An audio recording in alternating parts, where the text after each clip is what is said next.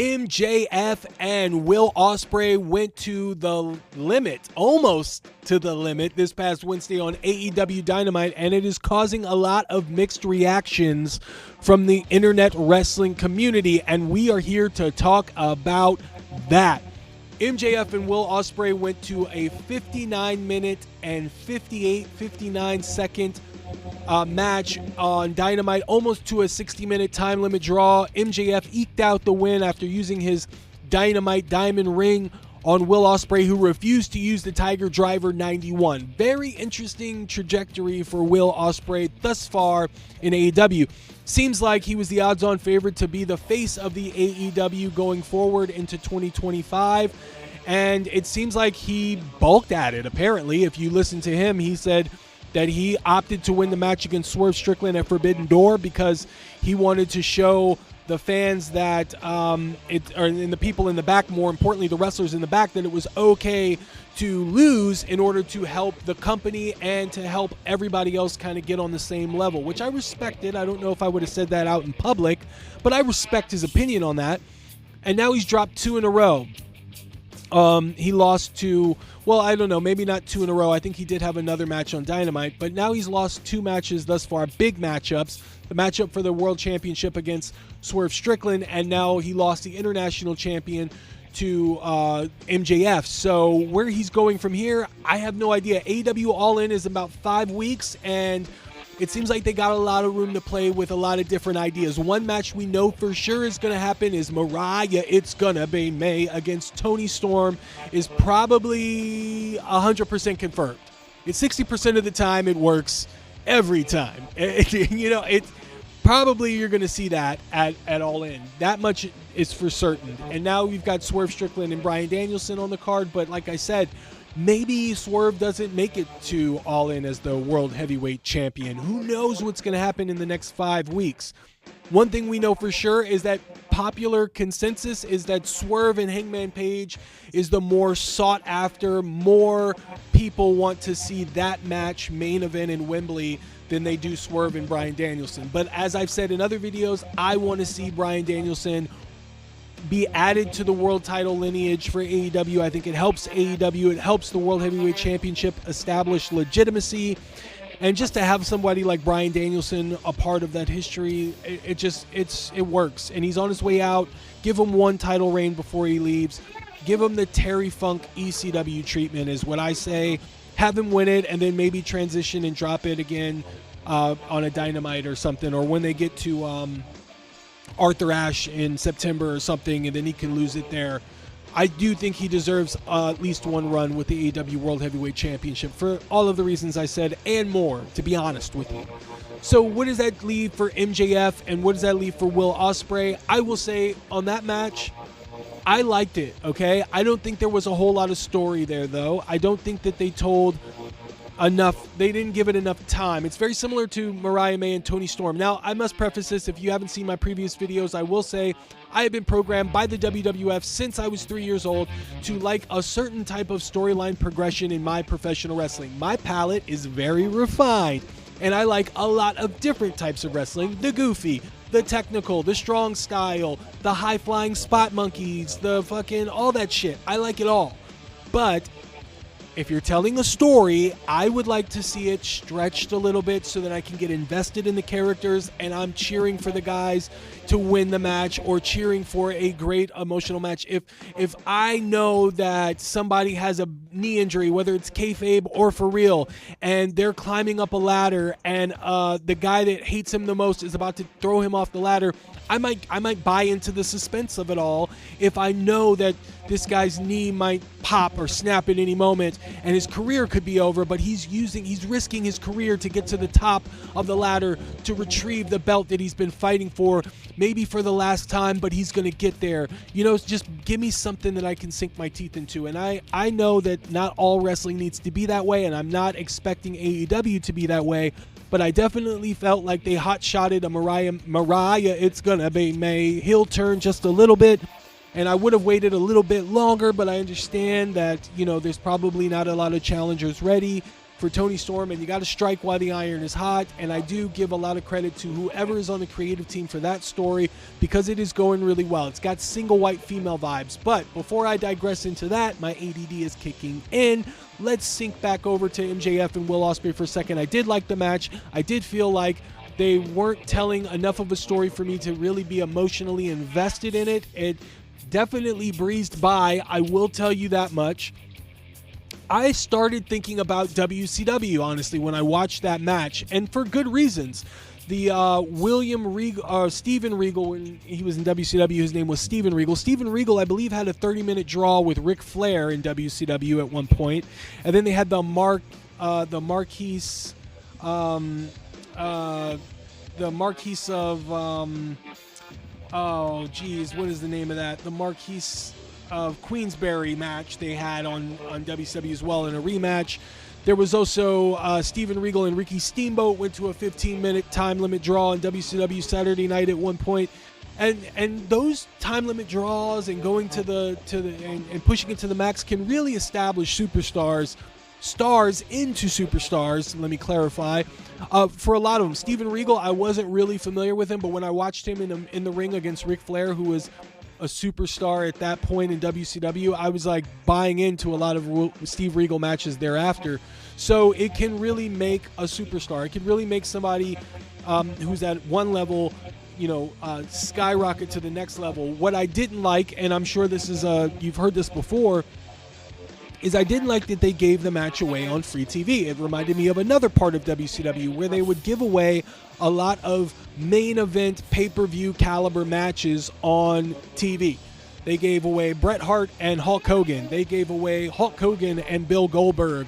They gave away, so many matches on free TV for Nitro that it was like, when you got a chance to pay $40, $50 for a pay-per-view, I don't know if I would have been willing to shill out that change. I might want to wait to see what WWF is doing, because they might have a match I really want to see, but I haven't been able to see it. Maybe I got a preview and a tag or a six-man, but I never really got to see the two guys that I want to fight in the ring singles match, one-on-one, 1v1.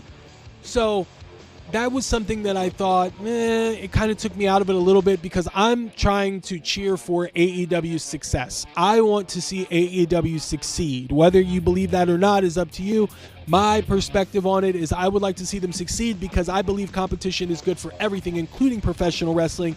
And I want to see WWE operate at its highest, at its max, and I want AEW to be operating at its highest, at its max, with consistency to flow in cash for everybody in the wrestling business, from the people that are volunteering to set up rings, to the people in the concession stands, to the people all the way to the top of the office buildings, and the wrestlers alike. I want to see everybody make money in that business, and I want to see that business thrive, and it does not thrive when there is no competition.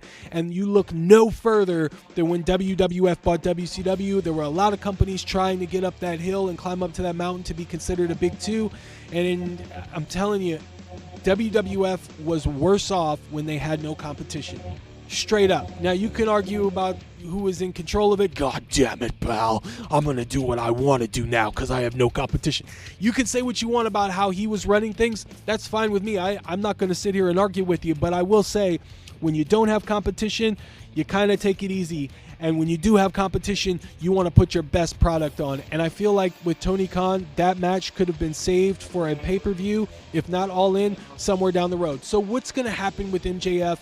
It looks like Pac is the next opponent for him at All In. He won that four-way dance a couple of weeks ago on AEW Dynamite. And for all intents and purposes, I believe Pac is going to be the one that faces MJF at Wembley, unless they try to find a way to insert Daniel Garcia into the mix, or have Daniel Garcia beat Pac, and I'm going to give you my shot at the title match. Something along that line, you're going to see that. But I believe they're trying to set up Daniel Garcia and MJF. Don't know how they get there with Pac being the number one contender. Maybe they do it on Dynamite. I don't know. And then it looks like we're going to see Ricochet probably show up and face Will Ospreay. So you're going to get Will Ospreay, Ricochet, Swerve, Bryan Danielson, MJF, Daniel Garcia. I don't know. I wouldn't have done that. I would have done the AEW All In, the first one at Wembley. I would have done that different. but I'm a mark.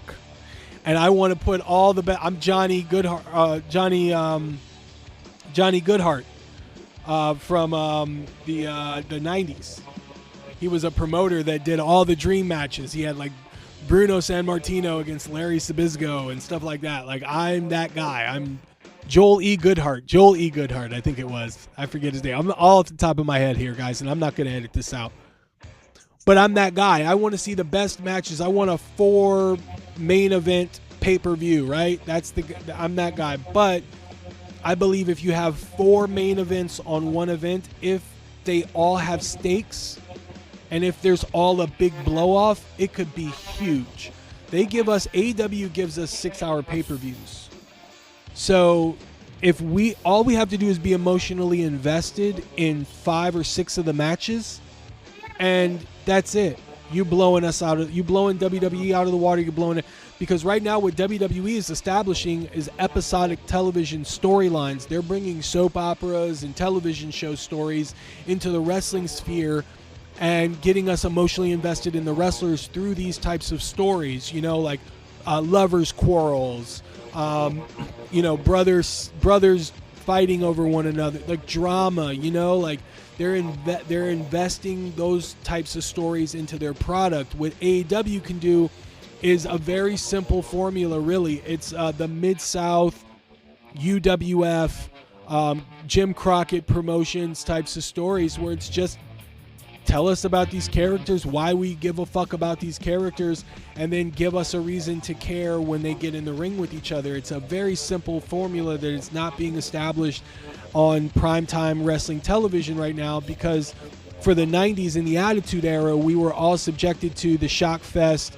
Crash TV style, and now that is what a lot of fans that have grown up watching wrestling nowadays are buying into, and that's what they love. But I'm telling you, there is a space for that old school type of storytelling with a new school twist. I believe that to be true, but I guess I'm a mark, right? So I don't know. But with MJF and Will Ospreay, giving that match away on TV was very risky. I don't know if it was Goldberg Hulk Hogan risky in the Georgia Dome, but it was pretty risky, and we'll see where they go from here. I don't know what they're really going to do with Will Ospreay aside from his match with Ricochet, but it'll be interesting to see how they go from him not doing the Tiger Driver 91 to eventually doing the Tiger Driver 91 and maybe winning from it. And if that fucks with his head a little bit, we'll see how that plays out. It's going to be interesting. But All In, it seems like it's shaping up to be just that. Will Ospreay and Ricochet, MJF and Daniel Garcia, and Swerve Strickland and Bryan Danielson, and then we might see the Acclaimed and the Elite. And I don't know what you do with Hangman Adam Page. He's going to be left out unless they find something for him to do. Hangman Adam Page against Prince Nana. Or so, I don't know what else to do with him right now. He might have come back a little prematurely. He might have been back a little early, but we'll see what happens with that. But maybe Swerve loses the AEW World Championship. Bryan Danielson then wrestles someone else, the champion, at All In, whoever that champion may be. And then you slot Swerve against Hangman in a grudge match where they don't need the title because there's so much history there. What do you guys think about that?